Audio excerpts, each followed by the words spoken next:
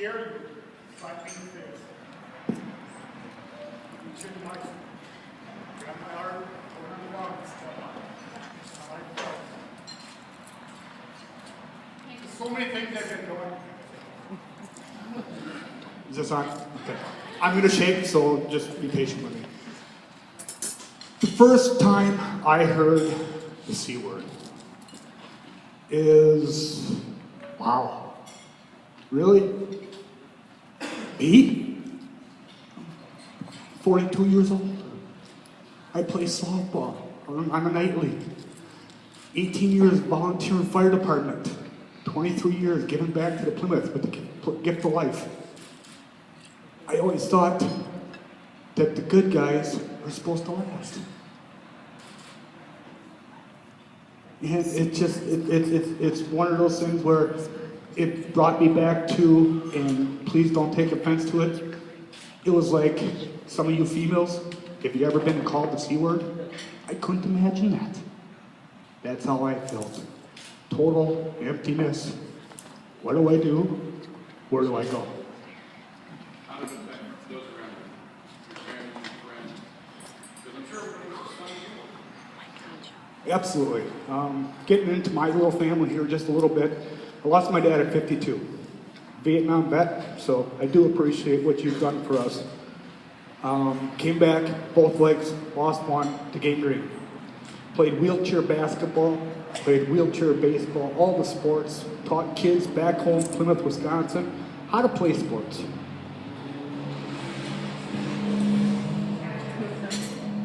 How my family felt. We've been through this. We've dealt with disabilities. My dad was one leg on wheelchairs, or in a wheelchair, on crutches. He got over what he was dealt with.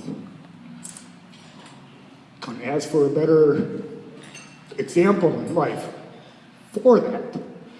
My mother, dealing with 5 of us and a disabled husband, and she stuck with him.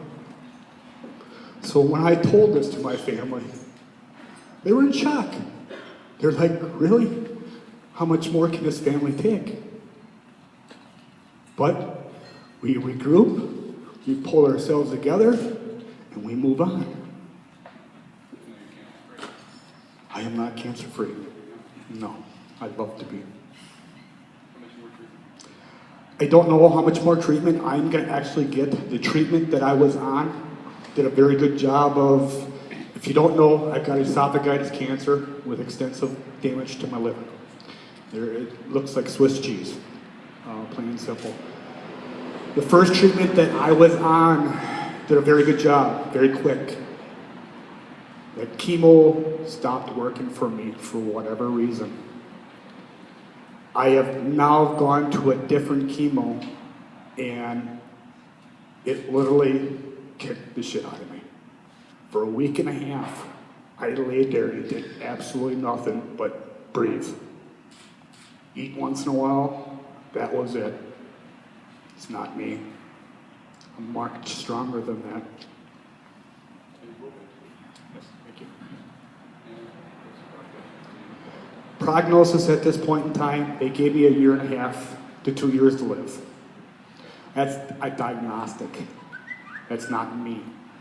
I am very fit, as you can see. I play softball. I'm very active with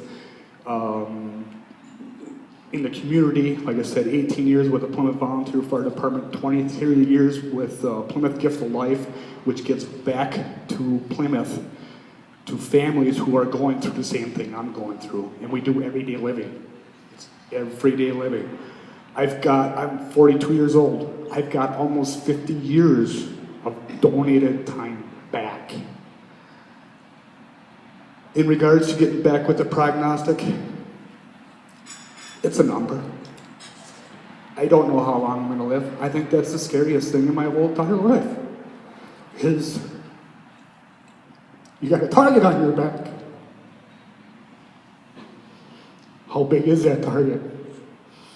I want my life. I want that 2-year-old to look up at me and go, "Hi, Grandpa. That don't mean starting to have kids. By no means. But there's things in life I want that I think I deserve. I got a wonderful family. And my fiance Shelly, Caitlin, Cassidy, Roddy Joe. We just went off to Penn State. Cryogenics and DNA. Perfect, right? Make it clear for me. Hopefully it works. Yes. Hopefully some here tonight, maybe the donation you see helps. There is a procedure that is out there for me. And what they do is they scope your liver, and they find all the veins that go through your liver, and they find the big spots in your liver that they want to shrink down so they can either freeze it or cut it out. This procedure shocked me. Very cool that doctor can go in there and scope your liver. Liver is not that big. How? And what they want to do is they want to put resin in there, laced with radiation. And what they do is they fill that resin into that vein, to that big spot where that's feeding, and shuts it down and kills it. I'm like, oh, wonderful. What a cure, you know? Okay, and they're like, well, we gotta see if insurance is gonna cover it. I'm like, well, why is that? The procedure itself is $100,000. One shot. I've worked my ass off for my 98 Harley. A 98 Harley. Nothing new, nothing special, a 98 Harley. Everything I've earned, deserved, felt, got. Now I know why people have absolutely nothing when something like this happens. It's not fair. These guys worked their butt off for what they've got. And because of all these procedures and what they cost is phenomenal. You'll never... I think I speak for all of us that we hope in a year you're back with us.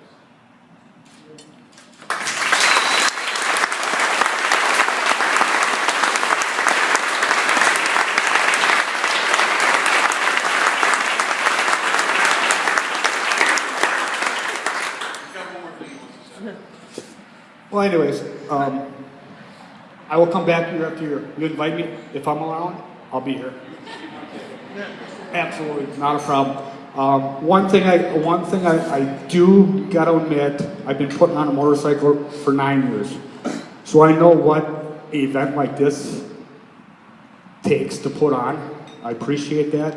This is kind of like a bittersweet for me. I am very honored to be up here, rubbing elbows with Santana and Blair and the vet over there.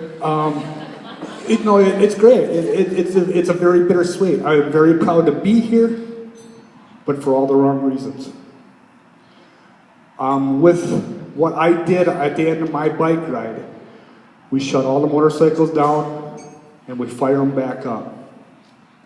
And it puts a feeling in your soul that you cannot explain.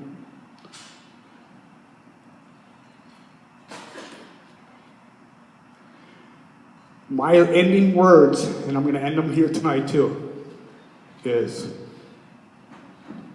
when I have family and friends, I know I got a long road ahead of me, but when I got family and friends side by side lining that road, it's a very easy road to take. And I thank you guys all for the honor of me being here tonight. Thank you.